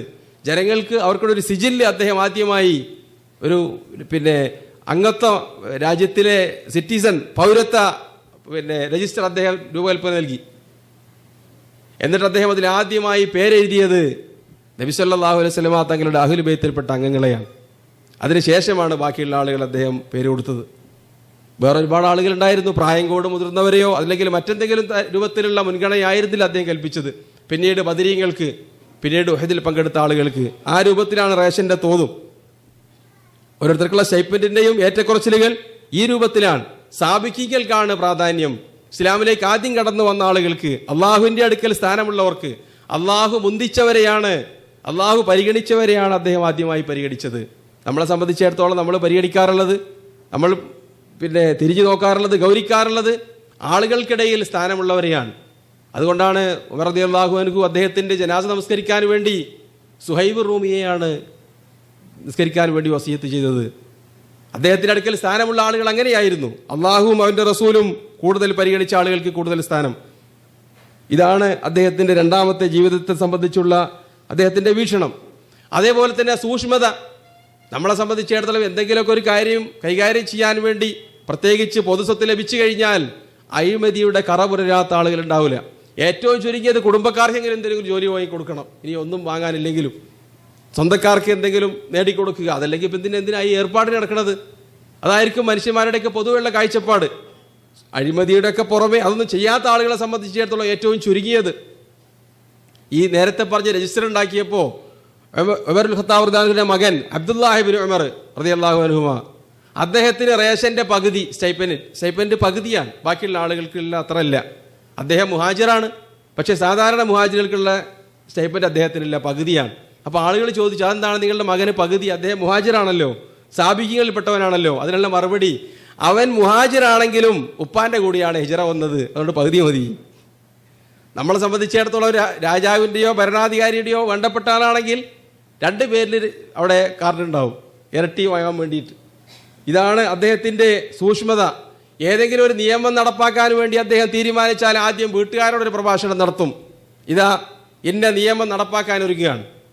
നിങ്ങളെ ആളുകൾ നോക്കുന്നത് ഇറച്ചി കഷത്തിലേക്ക് നോക്കുന്ന കാക്കകളെപ്പോലെയോ പരുന്തുകളെപ്പോലെയോ നിങ്ങളെ വീക്ഷിച്ചുകൊണ്ടിരിക്കുകയാണ്. നിങ്ങൾ ആരെങ്കിലും ഇതിന് വിരുദ്ധമായി പ്രവർത്തിക്കുന്നുണ്ടോ എന്ന് നോക്കിക്കൊണ്ട്. അതുകൊണ്ട് തന്നെ നിങ്ങളുടെ കൂട്ടത്തിൽ ആരെങ്കിലും ഈ നിയമം ലംഘിച്ചാൽ നിങ്ങൾക്ക് ഇരട്ടി ശിക്ഷയായിരിക്കും എന്നിട്ട് പറഞ്ഞ് ബോധ്യപ്പെടുത്തിയിട്ടാണ് ഈ നിയമം പൊതുജനങ്ങളോട് പറയാം. നമ്മളെ സംബന്ധിച്ചിടത്തോളം സങ്കല്പിക്കാൻ പറ്റാത്തതാണ്. ഈ കാലഘട്ടത്തിലൊക്കെ സ്വന്തക്കാർക്ക് നിയമം ഉണ്ടാവില്ല, അവർക്ക് ഒരു പരിശോധന ഉണ്ടാവില്ല. എല്ലാ സ്ഥാനത്തും നമ്മളുടെ വേണ്ടപ്പെട്ട ആളുകളെ തിരികെ കയറ്റുകയും സ്വന്തം എല്ലാ തരത്തിലുള്ള അഴിമതികളും നടത്തുന്ന ആധുനിക മുസ്ലിം നേതാക്കന്മാർ മനസ്സിലാക്കേണ്ടതാണ് എന്തുകൊണ്ടാണ് ഉമർ ഇബ്നുൽ ഖത്താബ് റളിയല്ലാഹു അൻഹുവിൻ്റെ ഭരണം നീതിക്ക് ഉദാഹരണമായി ലോകം വർണ്ണിക്കുന്നത് എന്ന്. അതേപോലെ തന്നെ ഓരോ രംഗത്തും വിശ്വാസത്തിൻ്റെ കാര്യത്തിൽ നബി സല്ലല്ലാഹു അലൈഹി വസല്ലമ തങ്ങളോട് വരെ ഒരു ഘട്ടത്തിൽ അദ്ദേഹം സംശയം വരുന്ന കാര്യങ്ങൾ അപ്പോൾ ക്ലിയർ ചെയ്യാറുണ്ടായിരുന്നു. മനസ്സിലാക്കി കഴിഞ്ഞാൽ അത് പ്രവർത്തിക്കുന്നതിൽ ഒന്നാം സ്ഥാനക്കാരനാണ്. ഹുദൈബിയ സന്ധിയിൽ അദ്ദേഹത്തിന് അങ്ങനെ അബദ്ധം പറ്റിയിരുന്നു. ഇത് വിജയമാണോ, ഇത് പരാജയമല്ലേ, നമ്മൾ അവിശ്വാസികളുടെ മുമ്പിൽ കീഴടങ്ങുകയാണോ എന്ന് അദ്ദേഹം വിമർശിച്ചിരുന്നു. പിന്നീട് അദ്ദേഹം പശ്ചാത്തപിച്ചു. ജീവിതത്തിന്റെ അവസാനം വരെ നബി സല്ലല്ലാഹു അലൈഹി വസല്ലം തങ്ങളോട് അങ്ങനെ വിമർശിച്ച് സംസാരിച്ചല്ലോ എന്നതിൻ്റെ പേരിൽ ഒരുപാട് നോമ്പ് പിടിക്കുകയും ധർമ്മം ചെയ്യുകയും ചെയ്തിരുന്നു അദ്ദേഹം റളിയല്ലാഹു അൻഹു. അതോടൊപ്പം ഒരു കാര്യം മനസ്സിലായി കഴിഞ്ഞാൽ പിന്നീട് അവിടെ ശങ്കയില്ല. അദ്ദേഹത്തിൻ്റെ സ്വഭാവം അതായിരുന്നു, നമ്മളെപ്പോലെയല്ല. അതിൽ പിന്നെ ശക്കില്ല. യഖീനായി കഴിഞ്ഞാൽ അത് പ്രവർത്തിക്കുക, അതിനപ്പുറത്തേക്കൊന്നുമില്ല. അള്ളാഹുവിൻ്റെ കലാമിൽ ആർക്കെങ്കിലും സംശയമുണ്ടോ? ഇല്ല. അദ്ദേഹത്തിൻ്റെ കാലത്ത് ഈജിപ്തുകാരനായിരുന്ന സെബി അൽ അസൽ എന്ന് പറയുന്ന, അല്ലെങ്കിൽ ഇസിൽ എന്ന് പറയുന്ന ഒരാളുണ്ടായിരുന്നു. ഖുർആനൊക്കെ നല്ലോണം പഠിച്ചു. പിന്നെ അദ്ദേഹത്തിന് ഒരുപാട് വസ്വാസുകൾ, ഏതായത്ത് കണ്ടാലും ഒരു വസ്വാസ്, മുത്തശാബിഹാത്തുകളെ സംബന്ധിച്ചൊക്കെ തർക്കിക്കുക. അപ്പോൾ അദ്ദേഹത്തിന് അമർ ഇബ്നുൽ ആസ് ഈജിപ്തിൽ നിന്ന് പിടിച്ചിട്ട് മദീനയിലേക്ക് കയറ്റി വിട്ടു.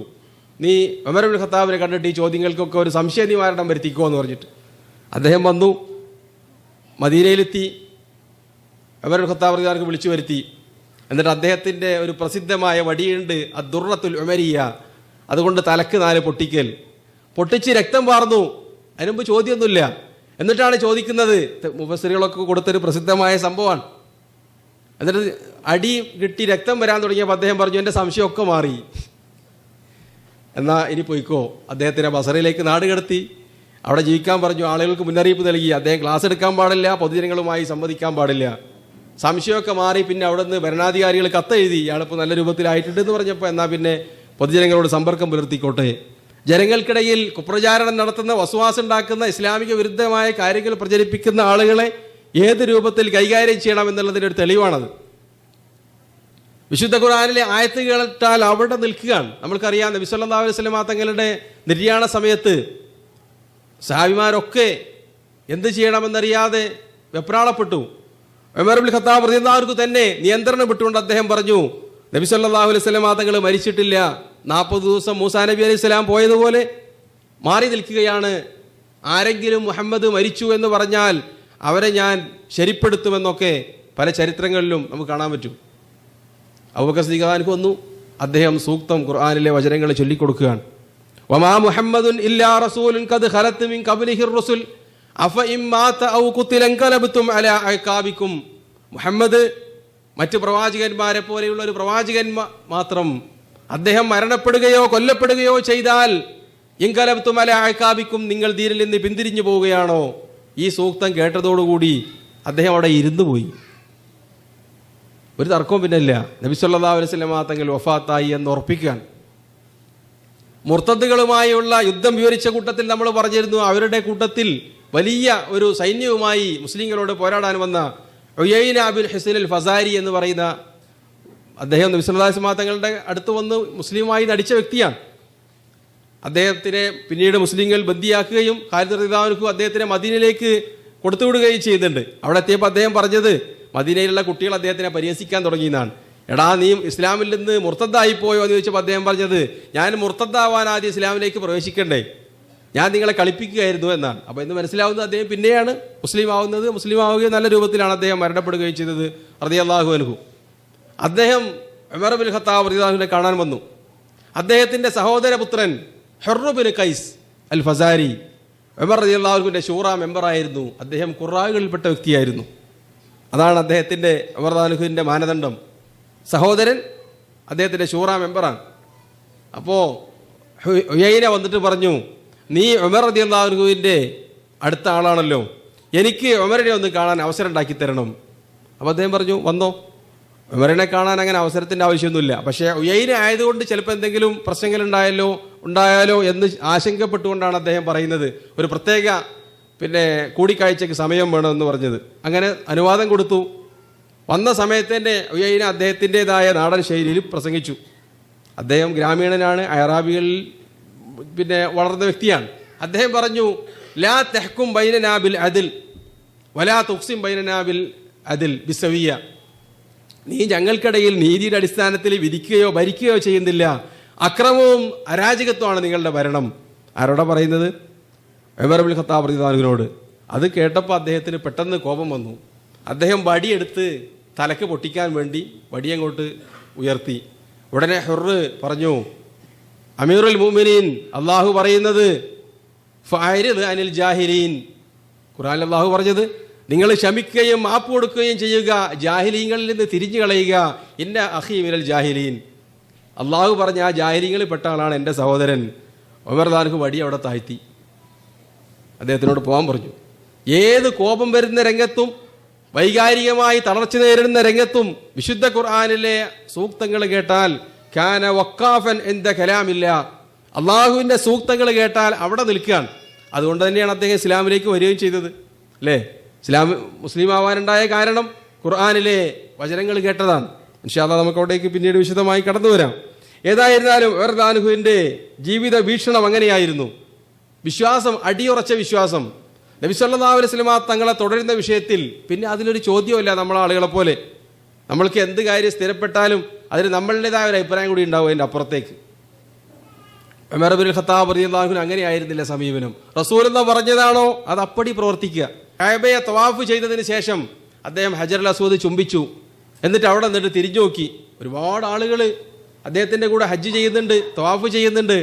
അപ്പോൾ അദ്ദേഹം ഉറക്കെ അവിടുന്ന് പറഞ്ഞു, അള്ളാഹു തന്നെയാണ് സത്യം, നീ ഒരു കല്ലാണെന്ന് എനിക്കറിയാം. ഹജറുൽ അസ്വദിനോട് പറയാൻ, അങ്ങോട്ട് നോക്കിയിട്ട് അതിന് നേരെ തിരിഞ്ഞിട്ട്, ലൗലാ അന്നി റഅയ്തു റസൂലല്ലാഹി സ്വല്ലല്ലാഹു അലൈഹി വസല്ലം ഖബ്ബൽതുകി മാ ഖബ്ബൽതുകി. അള്ളാഹുവിൻ്റെ ദൂതൻ ഈ കല്ലിനെ ചുംബിക്കുന്നതായി ഞാൻ കണ്ടിട്ടില്ലായിരുന്നുവെങ്കിൽ ഈ കല്ലിനെ ചുംബിക്കാൻ എന്നെ കിട്ടുമായിരുന്നില്ല എന്ന് അദ്ദേഹം പ്രഖ്യാപിക്കുകയാണ്. ചില റിപ്പോർട്ടുകളുള്ളത് ലാ തദുറു വലാ തൻഫ, ഈ കല്ല് കൊണ്ട് എന്തെങ്കിലും ഉപകാരമോ ഉപദ്രവമോ ആ കല്ലിന് വരുത്താൻ സാധ്യമല്ല. ഒരു കല്ലിലും, എവിടെ നിന്നുള്ള കല്ലിലും പറ്റൂല.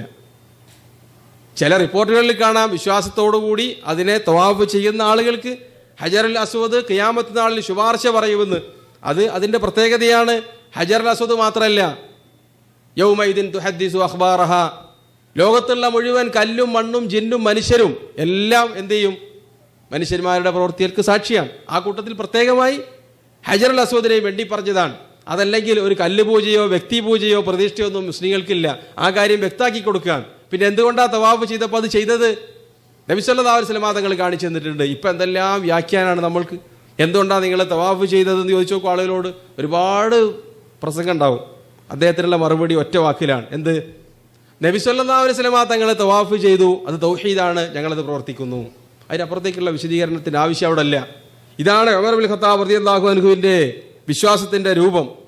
അദ്ദേഹത്തിൻ്റെ ആ ജീവിതത്തിൻ്റെ എല്ലാ രംഗത്തും, വ്യക്തി ജീവിതത്തിലാവട്ടെ കുടുംബജീവിതത്തിലാവട്ടെ ബാക്കിയുള്ള രംഗങ്ങളിലൊക്കെ ഈ രൂപത്തിൽ തന്നെ അദ്ദേഹം വിശുദ്ധ ഖുർആനും ഹദീസും അനുസരിച്ച് ജീവിക്കുന്ന വിഷയത്തിൽ അത് ഏത് രംഗത്തായിരുന്നാലും നമ്മളെ സംബന്ധിച്ചിടത്തോളം പൊതുസമൂഹത്തിൽ ജീവിക്കുന്ന ആളുകളാകുമ്പോൾ ഇസ്ലാമിൻ്റെ പല ഭാഗങ്ങളും വെട്ടിച്ചുരുക്കി അവർക്കൊക്കെ വേണ്ടി അഡ്ജസ്റ്റ് ചെയ്ത് എലാസ്റ്റിക്. പൊതുസമൂഹത്തിൽ എന്ന് പറഞ്ഞാൽ അവിശ്വാസികൾ വേണമെന്നില്ല. മുസ്ലിങ്ങളുടെ കൂട്ടത്തിൽ തന്നെ ഇസ്ലാം ശരിയായി പാലിക്കാത്ത ജീവിക്കാത്ത ആളുകൾക്കിടയിൽ എത്തിപ്പെട്ടാൽ പിന്നീട് ഇസ്ലാം ഒരു ഭാരമായിട്ടാണ് പലപ്പോഴും നമ്മൾ പല ആളുകളും വീക്ഷിക്കാറുള്ളത്. ആ വീക്ഷണക്കാരനായിരുന്നില്ല ഉമർ റളിയല്ലാഹു അൻഹു. ഖുർആനിൽ പറഞ്ഞ കാര്യങ്ങൾ, നബി സല്ലല്ലാഹു അലൈഹി വസല്ലം തങ്ങൾ പഠിപ്പിച്ച കാര്യങ്ങൾ അത് ജീവിതത്തിൽ കൃത്യമായി പാലിക്കുക. അതുകൊണ്ടാണ് അദ്ദേഹത്തിന് ഈ പറഞ്ഞ എല്ലാ തരത്തിലുള്ള നന്മകളും കൈവന്നത്. അപ്പോൾ ബാക്കിയുള്ള സഹാബിമാരോ? അവർക്കൊക്കെ അതുണ്ടായിരുന്നു. പക്ഷേ ഉമർ ഇബ്നുൽ ഖത്താബിനെ പോലെ അവർ ഭരിച്ചവരായിരുന്നില്ല. എല്ലാവർക്കും ഒരേ രൂപത്തിൽ കഴിവുണ്ടാവുകയും ചെയ്യില്ലല്ലോ. അതുകൊണ്ടാണ് നബി സല്ലല്ലാഹു അലൈഹി വസല്ലം തങ്ങൾ പറഞ്ഞത്, അൽ മുഅ്മിനുൽ ഖവിയ്യു ഖൈറുൻ വഅഹബ്ബു ഇലല്ലാഹ്.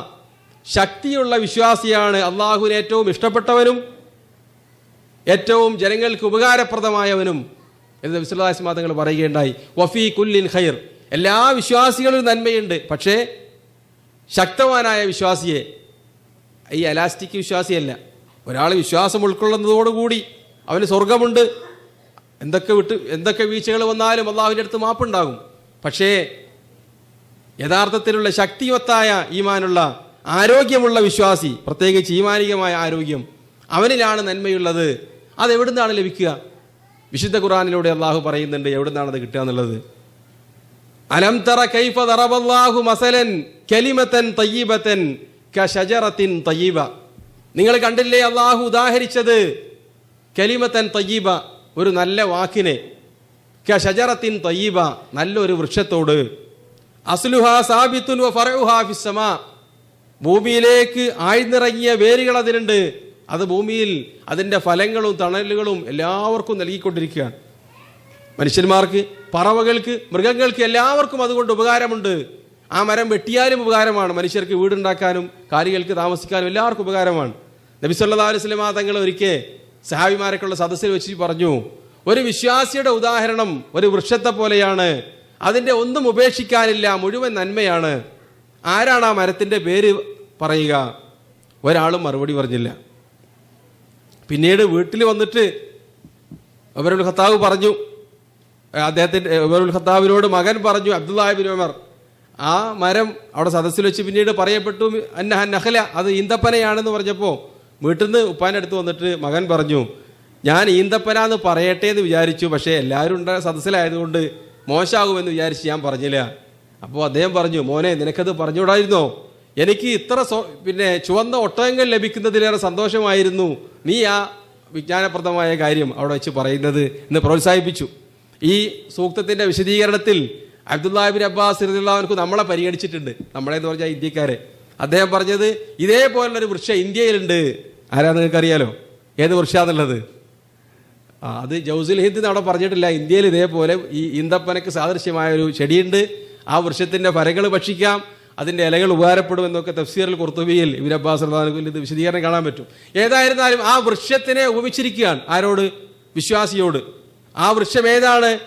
അലം തറ കൈഫ ദറബല്ലാഹു മസലൻ കലിമത്തൻ തയ്യിബ, കലിമത്തു തയ്യിബിനെയാണ്. ഏതാണ് ആ വാക്ക്? മുഫസ്സിറുകളൊക്കെ പറഞ്ഞിട്ടുണ്ട്, ലാ ഇലാഹ ഇല്ലല്ലാ. ലാ ഇലാഹ ഇല്ലല്ലാ എന്ന കലിമത്ത് തൗഹീദ് ഉച്ചരിച്ചുകൊണ്ട് ഒരാൾ വിശ്വാസിയാകുന്നതോടുകൂടി ആ കലിമത്ത് തയ്യിബത്ത് അവൻ പ്രഖ്യാപിച്ചു. പക്ഷേ ഈ ഫലത്തിൻ്റെ, ഈ വൃക്ഷത്തിൻ്റെ ഫലം നൽകണമെങ്കിൽ ആ ലാ ഇലാഹ ഇല്ലല്ലാഹ്ക്ക് ചില ഷർത്തുകളുണ്ട്. പണ്ഡിതന്മാർ അത് വിശദീകരിച്ചിട്ടുണ്ട്. ഷെയ്ഖുൽ ഇസ്ലാം മുഹമ്മദ് ബിൻ അബ്ദുൽ വഹാബ് അദ്ദേഹത്തിൻ്റെ പേരമകനൊക്കെ അതിൽ പ്രത്യേക ഗ്രന്ഥങ്ങൾ തന്നെ രചിച്ചിട്ടുണ്ട്. ശുറൂത്തു ലാ ഇലാഹ ഇല്ലല്ലാഹ്, ലാ ഇലാഹ ഇല്ലല്ലാഹയുടെ ഘടകങ്ങൾ എന്ന പേരിലാണ് അത് അറിയപ്പെടുന്നത്. 8 ഘടകങ്ങളാണ്. ഇൽമുൻ, യഖീനുൻ, ഇഖ്ലാസുൻ, വസിദ്ഖുക മഹബ്ബത്തിൻ വൻഖിയാദിൻ വൽ ഖബൂലി ലഹ. 7 കാര്യങ്ങളാണ്. വസീദ സാമിനുഹ, 8ാമത്തേതായി അള്ളാഹു അല്ലാതെ ആരാധിക്കുന്നവരെ നിഷേധിക്കുക. യഥാർത്ഥത്തിൽ ഈ കാര്യങ്ങൾ ഉൾക്കൊണ്ടുകൊണ്ട് ആരെങ്കിലും ലാ ഇലാഹ ഇല്ലല്ലാഹ് എന്ന് ചൊല്ലിയാൽ ആ കലിമത്ത് തയ്യിബത്ത് അവനെ ഒരു വടവൃക്ഷമാക്കി മാറ്റും. എങ്ങനെയുള്ള വൃക്ഷം? അത് പതറൂല കൊടുങ്കാറ്റിൽ, അതിൻ്റെ ഫലം എല്ലാവർക്കും ലഭിക്കും. ഈ 8 കാര്യങ്ങളും, 8 കാര്യങ്ങൾക്കും ഉദാഹരണം, ഡസൻ കണക്കിന് ഉദാഹരണങ്ങൾ ഉമർ ഇബ്നുൽ ഖത്താബ് റളിയല്ലാഹു അൻഹുവിന്റെ ചരിത്രത്തിൽ നമുക്ക് കാണാൻ പറ്റും. ഞാൻ ഒരുപാട് സമയം ഇതിനു വേണ്ടി ചെലവഴിച്ചിരുന്നു. എന്തുകൊണ്ടാണ് മറ്റ് സഹാബിമാരിൽ നിന്ന് ഉമർ ഇബ്നുൽ ഖത്താബ് റളിയല്ലാഹു അൻഹുവിനെ അദ്ദേഹത്തിൻ്റെ ജീവിതം വ്യതിരക്തമായി മാറിയത്? ഈ കാര്യം തന്നെയാണ് നമുക്കതിൽ പറയാനുള്ളത്.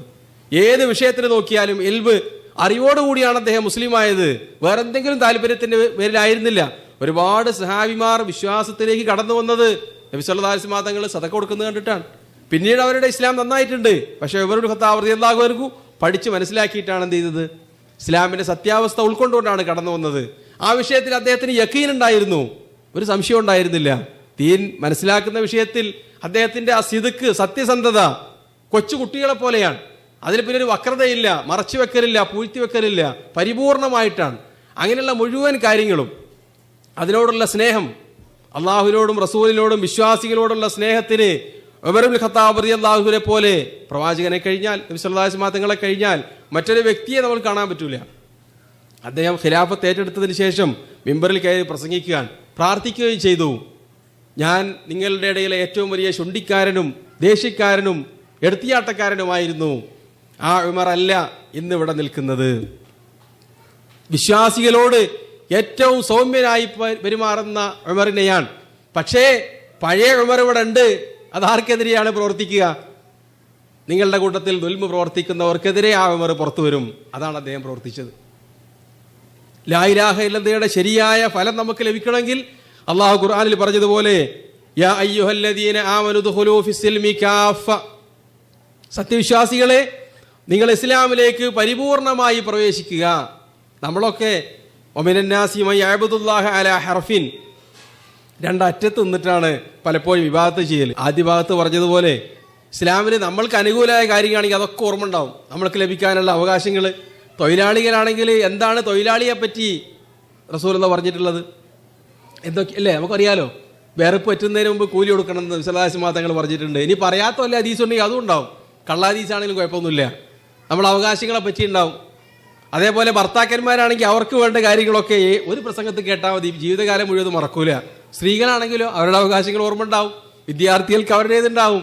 അങ്ങനെയല്ല, നമ്മളുടെ മേലുള്ള ബാധ്യതയും നമ്മൾക്ക് ലഭിക്കേണ്ട അവകാശത്തിനെ പറ്റിയും ബോധം ഉണ്ടാവുക. പരിപൂർണമായ സന്തുലിതമായ രൂപത്തിൽ അങ്ങനെ ഉദ്ഖുലൂ ഫിസ്സിൽമി കാഫ, പരിപൂർണമായി ദീനിൽ പ്രവേശിക്കാൻ. വിശ്വാസത്തിൻ്റെ കാര്യത്തിൽ, മുആമലാത്തുകളുടെ കാര്യത്തിൽ ഉമർ റളിയല്ലാഹു അൻഹു ഒരിക്കൽ മദീനയുടെ തെരുവീതിയിൽ വെച്ച് ഒരു യഹൂദനെ കണ്ടുമുട്ടി. അദ്ദേഹം യാചിക്കുകയാണ്. അപ്പോൾ അദ്ദേഹം ചോദിച്ചു, എന്തിനാണ് ഈ തസവൂല് നടത്തുന്നത്? അദ്ദേഹം പറഞ്ഞു, എനിക്ക് ജിസിയ അടക്കാൻ കാശില്ല. അത് കണ്ട് ഉമർ റളിയല്ലാഹു അൻഹു കണ്ണീര് വാർത്തു. എന്നിട്ട് പറഞ്ഞു, നിങ്ങൾ യുവാവായിരുന്ന കാലത്ത് ഞങ്ങൾ നിങ്ങളുടെ ജിസിയ മേടിച്ചിരുന്നു. നിങ്ങൾ വയസ്സായ സമയത്ത് നിങ്ങൾ ഇനി യാചിക്കുകയാണോ? നിങ്ങൾക്ക് ബൈത്തുൽ മാലിൽ നിന്ന് റേഷനുണ്ട് മുസ്ലിങ്ങളെ പോലെ എന്ന് പറഞ്ഞുകൊണ്ട് അദ്ദേഹത്തിന് റേഷൻ കൊടുത്തു. ഉമർ റളിയല്ലാഹു അൻഹുവിനെ പോലെ ഒരു മതേതരവാദിയെ, മതേതരം എന്ന് പറയുന്ന അർത്ഥത്തിലല്ല, പക്ഷേ നമ്മളുടെ കാഴ്ചപ്പാടിലുള്ള മതത്തിനോട് സൗഹാർദ്ദം പുലർത്തിയ ഒരു വ്യക്തിയെ നമുക്ക് കാണാൻ പറ്റൂല. അവിശ്വാസി ആൾക്ക് ജിസിയ വാങ്ങിയതൊക്കെ വലിയ കുറ്റമായി നമ്മളുടെ ആളുകളൊക്കെ പ്രചരിപ്പിക്കാറുണ്ട്. എന്നാൽ അത് ഒഴിവാക്കി കൊടുത്തത് ഇസ്ലാമിക രാജ്യത്തിൽ നിന്ന് അദ്ദേഹത്തിന് റേഷൻ നൽകിയ കാര്യം പക്ഷേ ചരിത്രത്തിൽ നമ്മൾ ആരും പ്രചരിപ്പിച്ചതായി കാണാൻ പറ്റൂല. ആ രൂപത്തിലായിരുന്നു അദ്ദേഹത്തിൻ്റെ പെരുമാറ്റം. പ്രജകളോടുള്ള നീതി ഏത് കാര്യത്തിൽ നമ്മൾ പരിശോധിച്ച് നോക്കിയാലും മാതൃകായോഗ്യമായിട്ടാണ് അദ്ദേഹം ഭരണം നടത്തിയത്. ഭരണമൊക്കെ അദ്ദേഹത്തിന് പിന്നീട് ലഭിച്ചതാണ് അല്ലേ, അവസാന കാലഘട്ടത്തിലാണല്ലോ. ആദ്യകാലത്ത് യുവാവായ കാലത്ത് അവിശ്വാസത്തിലാണ് ഉണ്ടായത്. പിന്നീട് 27-ാമത്തെ വയസ്സിലാണ് അദ്ദേഹം വിശ്വാസിയാകുന്നത്. പിന്നീടുള്ള ആ 5-8 വർഷത്തിലാണ് അദ്ദേഹത്തിന് ഈ പരിവർത്തനം ഉണ്ടാകുന്നത്. നബി സല്ലല്ലാഹു അലൈഹി വസല്ലം തങ്ങളുടെ കാലത്ത് റസൂലിൻ്റെ മുന്നിൽ, അതേപോലെ തന്നെ അബൂബക്കർ സിദ്ദീഖ് റളിയല്ലാഹുവിൻ്റെ മുന്നിൽ ഒരു വാളിനെ പോലെയാണ് അദ്ദേഹം ഉണ്ടായിരുന്നത്. അവരുടെ മുന്നിൽ നിന്നുള്ള ആ തെർബിയത്ത് ലഭിച്ചതിന് ശേഷം പിന്നീട് പരിവർത്തിക്കപ്പെട്ട ഒരു ഉമർ ഇബ്നുൽ ഖത്താബിനെയാണ് നമ്മൾ ഭരണാധികാരിയായി കാണുന്നത്. അദ്ദേഹം ഇസ്ലാമിനെ പരിപൂർണമായി മനസ്സാ വാച കർമ്മണ അംഗീകരിച്ചത് കൊണ്ടാണ് അദ്ദേഹത്തിന് ആ രൂപത്തിൽ തന്നെ സ്ഥാനം വിശ്വാസികൾക്കിടയിലും അല്ലാത്തവർക്കിടയിലും കരസ്ഥമാക്കാൻ പറ്റിയത്. അതിനുവേണ്ടി അദ്ദേഹം പ്രവർത്തിച്ചിട്ടുമില്ല. ആരുടെയെങ്കിലും പ്രശംസ ലഭിക്കാൻ വേണ്ടിയോ അല്ലെങ്കിൽ സ്തുതി ലഭിക്കാൻ വേണ്ടിയോ അദ്ദേഹം പ്രവർത്തിച്ചിട്ടുമില്ല. സിൽബന്തികൾ ഉണ്ടായിരുന്നില്ല, പാറാവുകാരുണ്ടായിരുന്നില്ല അദ്ദേഹത്തിൻ്റെ വീടിനോ കൂടെയോ. നേരത്തെ ബൈത്തുൽ മുഖദ്ദസിലേക്ക് പോയ കാര്യം പറഞ്ഞല്ലോ, അവരുടെ കൂടെ ചുറ്റും അനുയായി വൃന്ദങ്ങൾ ഉണ്ടായിരുന്നില്ല. ഇതാണ് യഥാർത്ഥത്തിൽ ഇസ്ലാമിനെ ശരിയായി മനസ്സിലാക്കുകയും ഉൾക്കൊള്ളുകയും ചെയ്ത കാരണത്താൽ ഇസ്ലാം ബഹുമാനിക്കാൻ പറഞ്ഞ, ആദരിക്കാൻ പറഞ്ഞ കാര്യങ്ങളെയും വ്യക്തികളെയും ബഹുമാനിക്കുകയും ചെയ്തുകൊണ്ടാണ് മുസ്ലിം എന്ന രൂപത്തിലുള്ള ഇസ്സത്ത് പരിപൂർണമായ രൂപത്തിൽ അദ്ദേഹമാണ് ഇസ്ലാമിക കലണ്ടർ ആരംഭിച്ചത് അല്ലേ. ലോകം മുഴുവൻ ഒരു തെറ്റായ കാര്യത്തിൽ ബന്ധിക്കാൻ വേണ്ടിയാണ് AD കലണ്ടർ അതിൻ്റെ ആളുകളുണ്ടാക്കിയത്. അതിൽ നിന്ന് വിശ്വാസികൾക്ക് മോചനം ലഭിക്കാൻ വേണ്ടിയാണ് അദ്ദേഹം ഹിജറ വർഷം ആരംഭിക്കുന്നത്. അങ്ങനെയൊക്കെ ഒരുപാട് കാര്യങ്ങൾ ഇസ്ലാമിൻ്റെ ആ ഇസ്സത്ത് പരിപൂർണമായ രൂപത്തിൽ നിലനിൽക്കണം എന്ന ശുഷ്കാന്തി അദ്ദേഹത്തിനുണ്ടായിരുന്നു. അതിൽ അദ്ദേഹം വിജയിക്കുകയും ചെയ്തു. അല്ലാഹു സുബ്ഹാനഹു വ തആല അങ്ങനെയുള്ള സഹാബിമാരെ ശരിയായ രൂപത്തിൽ പഠിക്കുകയും മാതൃകയാക്കുകയും ചെയ്തവരുടെ കൂട്ടത്തിൽ നമ്മെ എല്ലാവരെയും ഉൾപ്പെടുത്തുമാറാവട്ടെ. നമ്മളിതുവരെ സംസാരിച്ചതിനെയും കേട്ടതിനെയും ഒരു സാലിഹായ കർമ്മമായി അള്ളാഹു സ്വീകരിക്കുമാറാവട്ടെ. റബ്ബനാ തഖബ്ബൽ മിന്നാ ഇന്നക അൻത സമീഉൽ അലീം വതുബ് അലൈനാ ഇന്നക അൻത തവ്വാബുർ റഹീം വആഖിറു ദഅവാനാ അൽഹംദുലില്ലാഹി റബ്ബിൽ ആലമീൻ. അസ്സലാമു അലൈക്കും.